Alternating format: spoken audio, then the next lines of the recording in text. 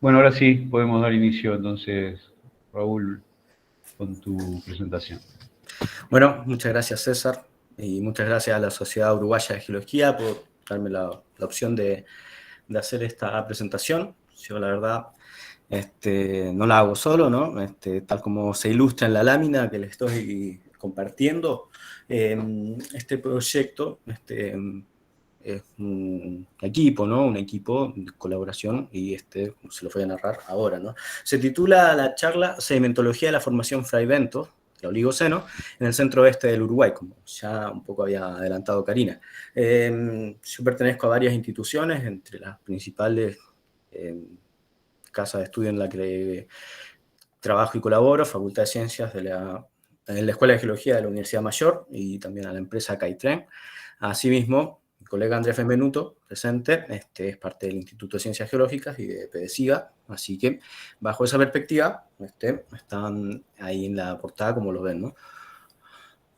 Déjenme hacerles una breve introducción al proyecto de investigación y luego pasamos directamente a lo que versa la charla. Originalmente, junto con Andrés y quien les habla, teníamos una disyuntiva. Yo había estudiado en el trabajo de maestría en PDCA Geociencias la formación Camacho. A su vez, Andrés estaba realizando el trabajo de maestría algunos análisis en la cuenca Santa Lucía en unidades cretásicas. Y entre medio quedaban algunas unidades estratificadas por mirar, ¿no? Y las relaciones de contacto asociadas a las unidades que estábamos estudiando tenían un poco que ver con lo que estaba entre medio. Y desde ahí surge la iniciativa y la necesidad de ahondar un poco más, independiente de que se desprendiese de forma tangencial respecto a nuestros propios estudios de posgrado.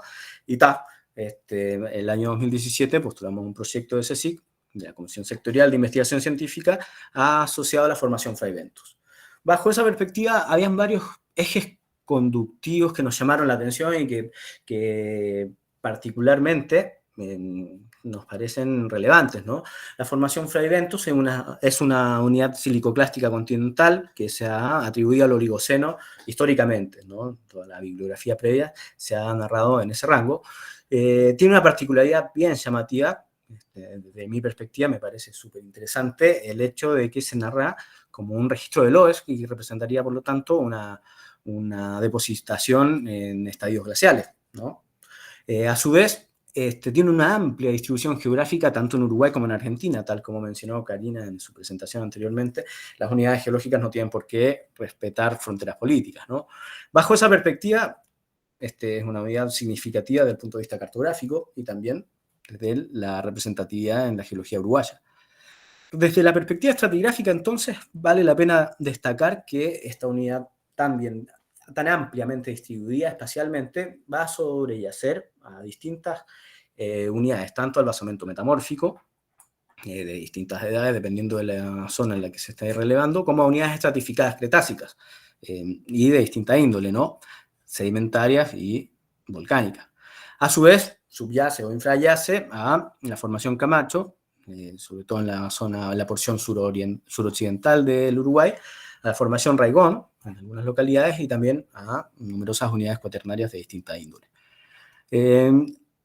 Como ya les adelanté, en distintos trabajos se ha mencionado su asignación tanto al Oligoceno temprano como al Oligoceno tardío, un hito que si bien la sedimentología no necesariamente va a responder, vale tener en cuenta porque en ambos momentos de la historia geológica, por lo menos del cono sur sudamericano y a escala regional, hay estadios de importantes glaciaciones, ¿no? Al mismo tiempo, hay un escaso registro paleontológico que se asocia principalmente con algunos restos de mamíferos de la edad mamífero sudamericana deseadense, ¿no? Y eso no está descrito específicamente por paleontólogos, sobre todo el trabajo de Uvilla 2004, el libro asociado al Cenozoico del Uruguay, y hay una dificultad respecto a la posición exacta de los hallazgos de los principales elementos diagnósticos para la edad deseadense. Sin embargo, es el antecedente previo. ¿Por qué recibe el nombre de Fraiventos? Bueno, porque para los que no conocen la zona, Fraiventos es una ciudad en el oeste del Uruguay, inmediatamente a la frontera con Argentina, ubicada en eje este-oeste, y al costado del río Uruguay. La ciudad de Fray Bentos expone unas barrancas y por lo tanto esas barrancas costeras en el río Uruguay representan la localidad tipo de la unidad. La localidad tipo de la unidad que, sin embargo, vamos a ver, tiene ciertas características que no representan a todos los sectores. La formación Fray Bentos tiene una amplia distribución geográfica en el país. En Uruguay va desde el departamento de Artigas hasta el departamento de Canelones e incluso un poquito más al este, ¿no? Esa amplia distribución geográfica hace difícil estudiar a nivel de campo y relevar todas sus exposiciones. Primero, porque hay una logística asociada y también porque puede tener una heterogeneidad significativa en una primera instancia.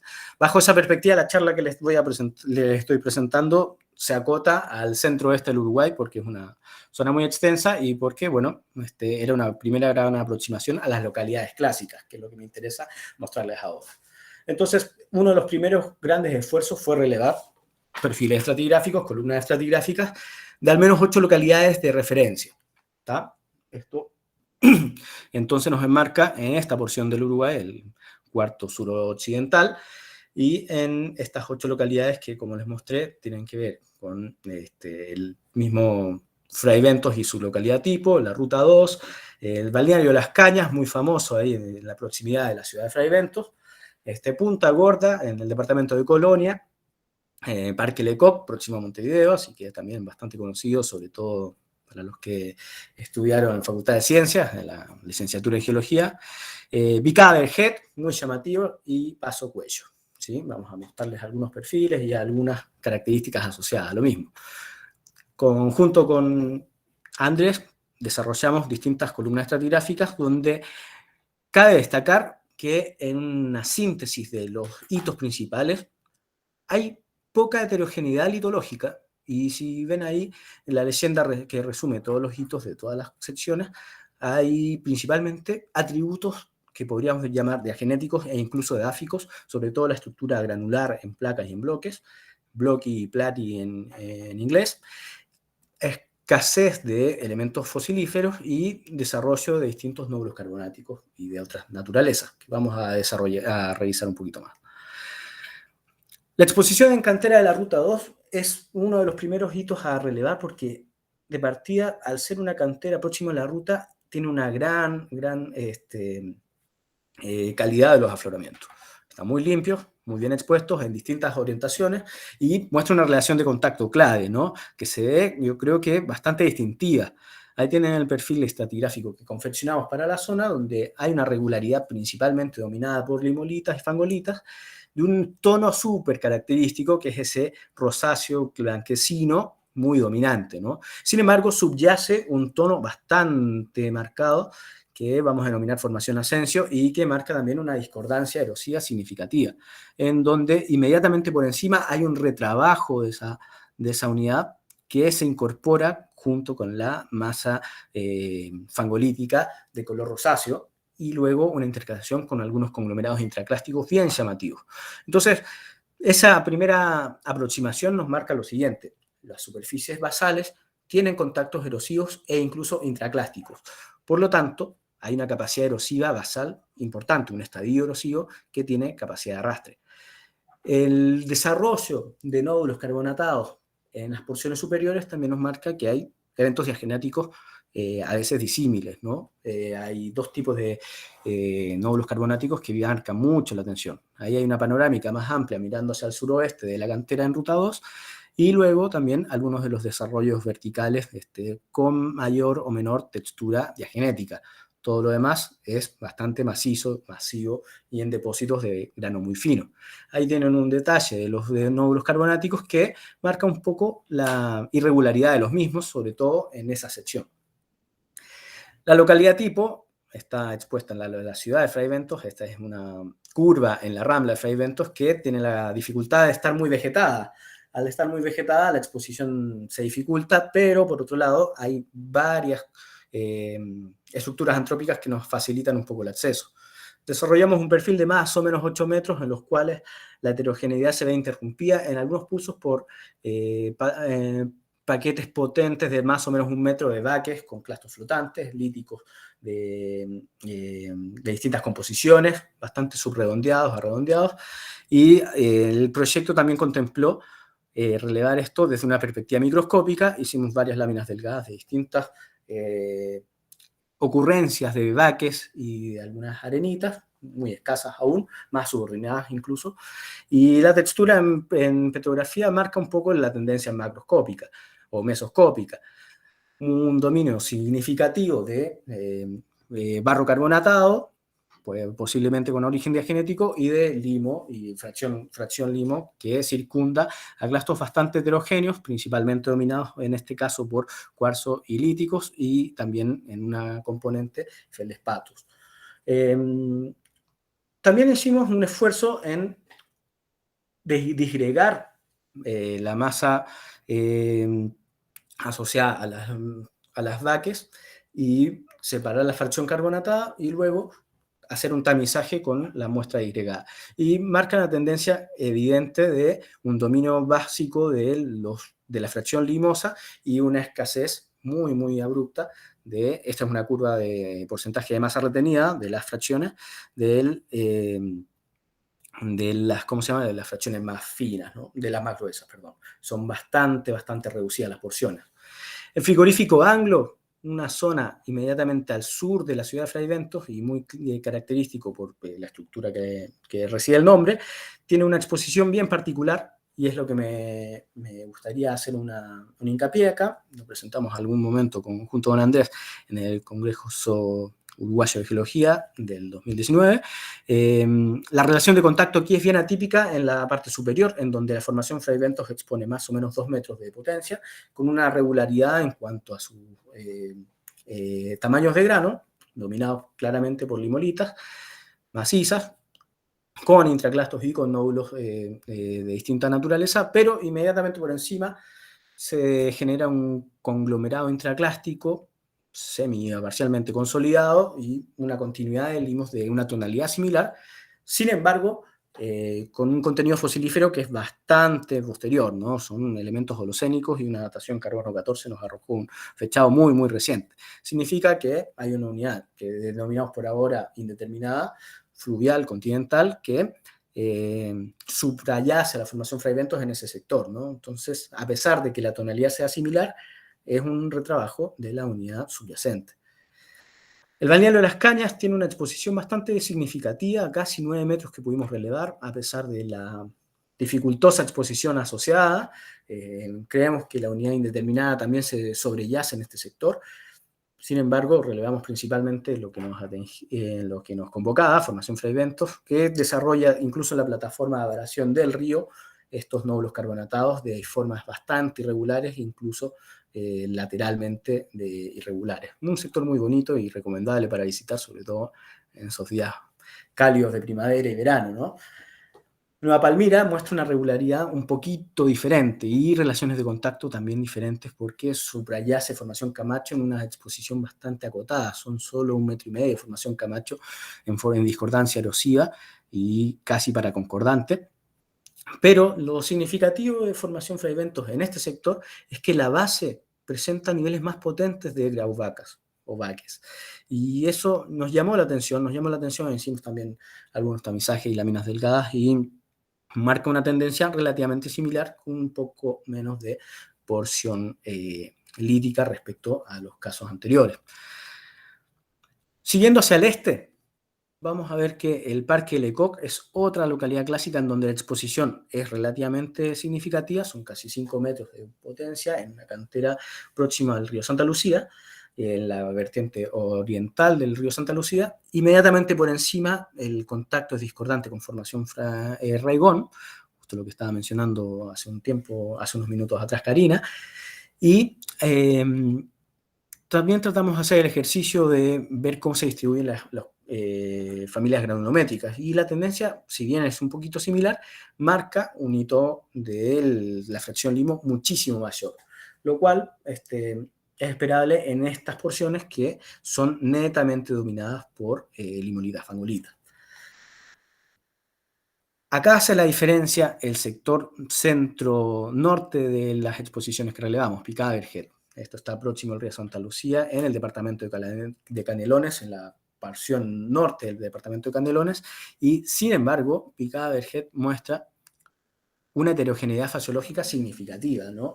De partida, los componentes presentan estratificación cruzada en artesa, con incluso una buena preservación, lo suficiente para reconocer paleocorrientes. Paleocorrientes que marcan un sistema de al menos 90 grados, lo cual marca una sinuosidad importante, no tan amplia como un río meándrico, pero sí para tener en cuenta respecto al estadio basal de deposición.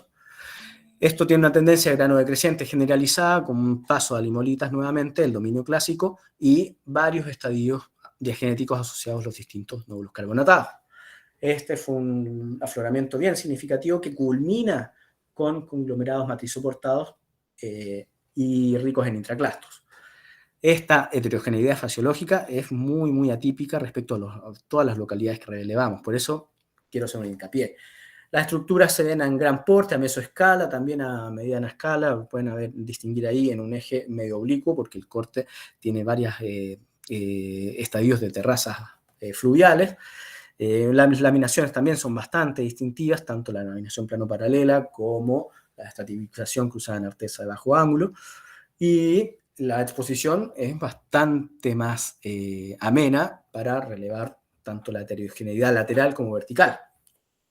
De la misma forma, el perfil 2, que le llamamos, está inmediatamente al este de la principal exposición que les mostramos, muestra de nuevo una regularidad lateral en las facies de limolita maciza o con desarrollo de nódulos carbonatados.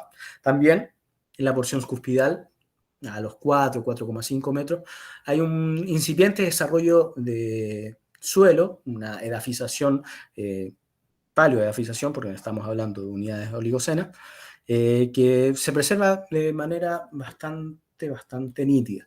Y eso es un agrado porque significa que podemos distinguir varios pulsos diagenéticos. De la misma perspectiva, la erosión es bastante diferenciada entre la porción cementada y la porción un poquito menos carbonatada. Estoy generalizando a que el cemento dominante sea carbonatado. Hemos visto en lámina delgada que hay algunos lugares en donde el cemento puede ser silicio. Paso Cuello, la última localidad significativa que queríamos mostrarles, tiene una particularidad que, más allá de una pequeña exposición vertical, menos de 3 metros de potencia, desarrolla un sistema de vaques y limolitas intercaladas con una tendencia general grano decreciente y una muy linda laminación plano-paralela, muy bien desarrollada, que aparte, a ver si funciona ahí, que aparte varía lateralmente en paquetes métricos a submétricos y siempre dominados por distintos nódulos carbonatados, principalmente laminares y luego verticales, que les llamamos coloquialmente los boniatos. Los boniatos porque nos recuerda mucho a esos tubérculos. Ahí tienen una buena perspectiva de frente a la laminación plano-paralela. Gracias, Adrián, por el comentario. Y el otro hito particular que me olvidé de mostrar en el perfil es que hay un desarrollo también de estratificación cruzada en artesa, en este caso de bajo ángulo y pobremente preservada, con gravas flotantes, con clastos de tamaño grava flotantes, lo cual es significativo porque Paso Cuello está muy próximo a Picada Vergel, más o menos son 10 kilómetros de distancia, o quizá un poquito menos, en línea recta, y entonces nos hace sugerir un subsistema bastante atípico respecto a lo que vimos en el oeste de la unidad, ¿no? En petrografía sedimentaria hay otra particularidad bien llamativa. Esto que están viendo es una lámina delgada confeccionada en una cantera dominada por las facies limolíticas, que a microescala presenta distintos tipos de líticos y de monominerales con bordes principalmente irregulares, subredondeados a subangulosos y con una textura bastante enmascarada en parte por la presencia tanto de cementos carbonatados como de masa arcillosa soportante. Las láminas delgadas claramente las elegimos principalmente en vaques, ¿no? Para tener la opción de ver alguna fracción samítica en lámina delgada. Y lo que estamos viendo a esa escala, tanto níqueles paralelos como níqueles cruzados, es que incluso de forma bastante flotante reconocemos algunos clíticos y clastos de mayor tamaño, hasta tamaño grado como el que ven en la izquierda en el sector de Paysandú. Miren la diferencia cuando hacemos una lámina delgada en la sección de picada Berget en las fracciones arenosas dominantes, ¿no? Vaques. Pese a que haya una textura dominante de la matriz limosa o arcillosa, en picada Berget no solo reconocemos varios tipos de cemento, sino también una heterogeneidad de los líticos que nos hacen sugerir inmadurez textural e inmadurez composicional también, a pesar de que hay algunos clastos subredondeados. Y esto es un hito, ¿no? Es un hito bien característico de la unidad que se puede reconocer directamente en petrografía. Hay una inmadurez textural y composicional generalizada.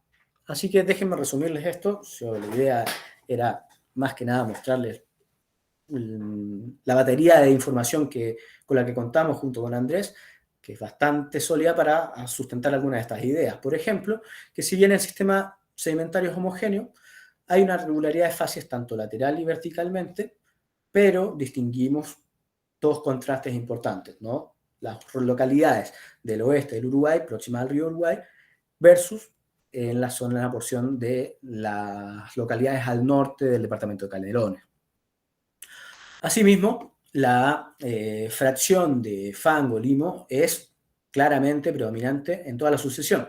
Eso no significa directamente que sea LOES, porque hay que tener una particularidad y la ocurrencia de LOES es, en una primera instancia, un buen ejemplo para explicar por qué es que hay un apilamiento vertical tan potente. Hay lugares de la formación Fray Bentos que en perforaciones presentan cerca de 50 o 60 metros de potencia, pero la naturaleza de líticos flotantes, tamaño grava incluso, en vaques, nos sugiere que no necesariamente es el único constituyente en las facies limosas. Hay que tener ojo con eso, ¿no?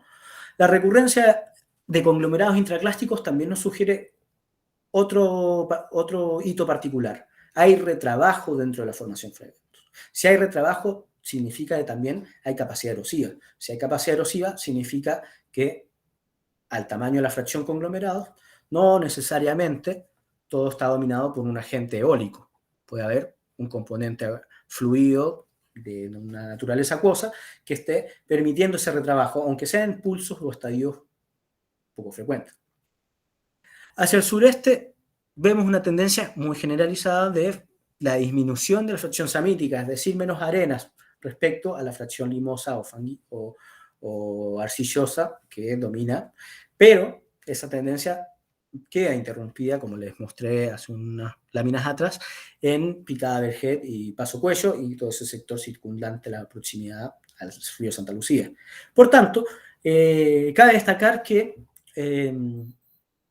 uno podría hacer una inferencia generalista de marcar dos dominios o simplemente la extensión del paleorrelieve marca diferencias importantes, ¿no?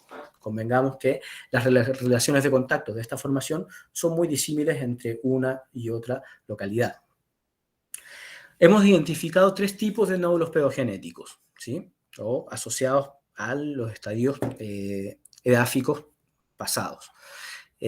Los boniatos, que son estos sistemas verticales, tabulares, vermiculares de tamaño métrico, nódulos tabulares, paralelos a la estratificación, pero con potencias centimétricas, y nódulos laminares que pueden seguir o no la estratificación primaria. Y esa diferencia morfológica puede ser de interés. Tratamos de hacer láminas delgadas principalmente en nódulos carbonatados cuando no logramos hacerlos en las facies limosas, y los resultados son bien significativos. Siempre hay presencia de gravas que podrían explicar, gravas o fracción arena en los constituyentes de mayor tamaño del esqueleto. Así que para ir cerrando, otro hito importante es que la formación Fray Bentos, si bien tiene claramente un dominio de limolitas y fangolitas, el siguiente dominio están las vaques o grauvacas y muy escasa arenitas, ¿no? Estamos hablando de que hay un soporte dominante de fracciones limosas que se distingue tanto en la petrografía como en muestra de mano. La movilidad textural y composicional es baja, muy baja. No logramos encontrar un estadio bastante más avanzado para lo mismo, lo cual es esperable bajo las características de los agentes dominantes.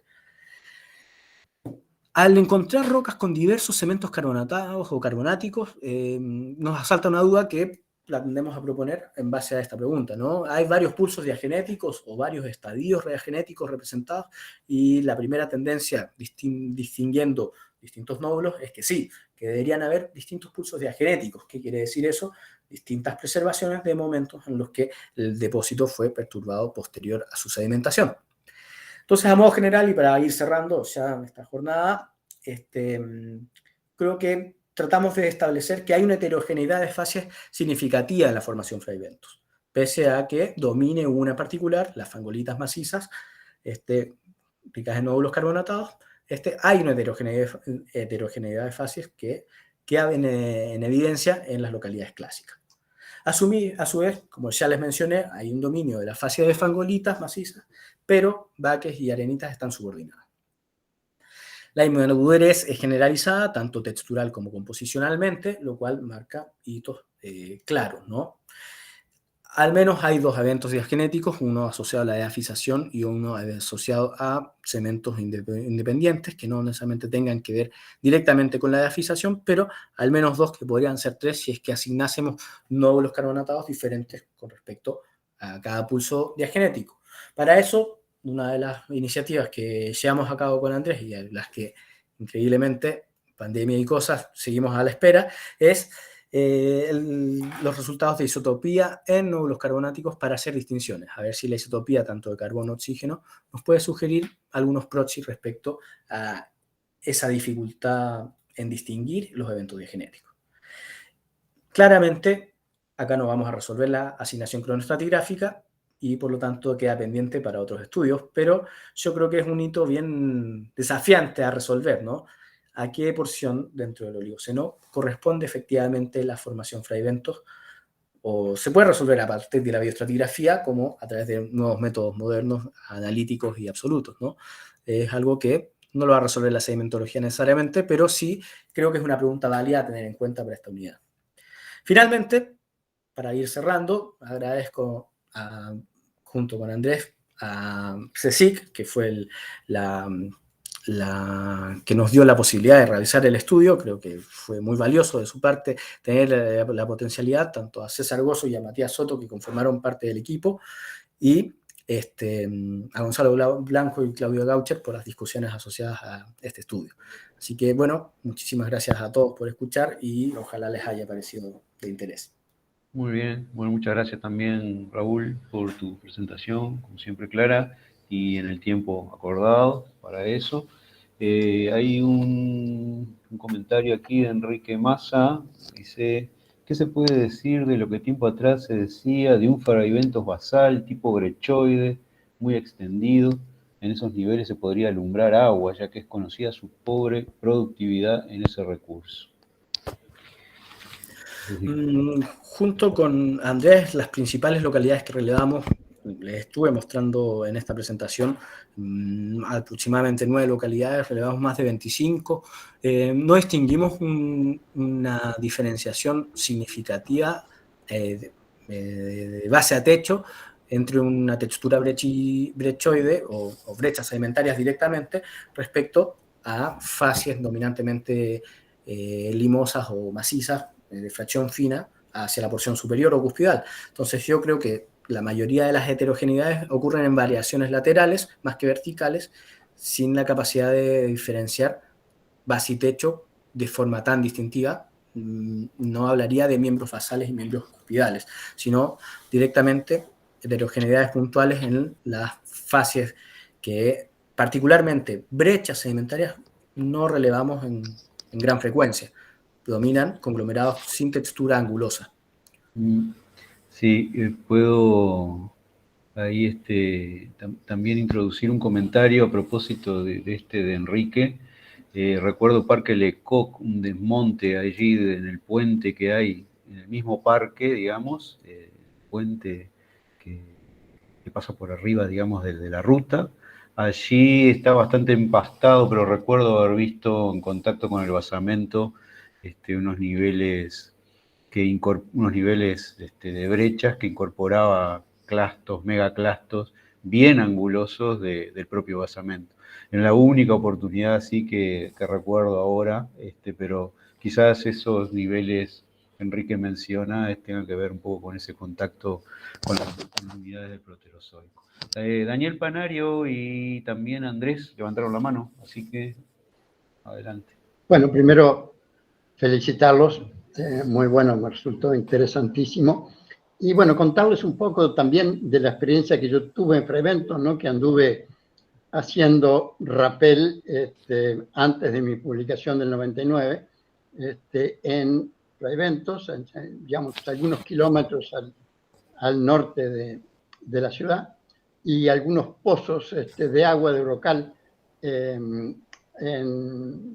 cerca de Dolores, Cañada Nieto, etc. Y bueno, parte de las cosas que puedo decir es que, por ejemplo, en uno de esos lugares próximos a Fraiventos encontré una intercalación con Herodona mactroides, ¿no?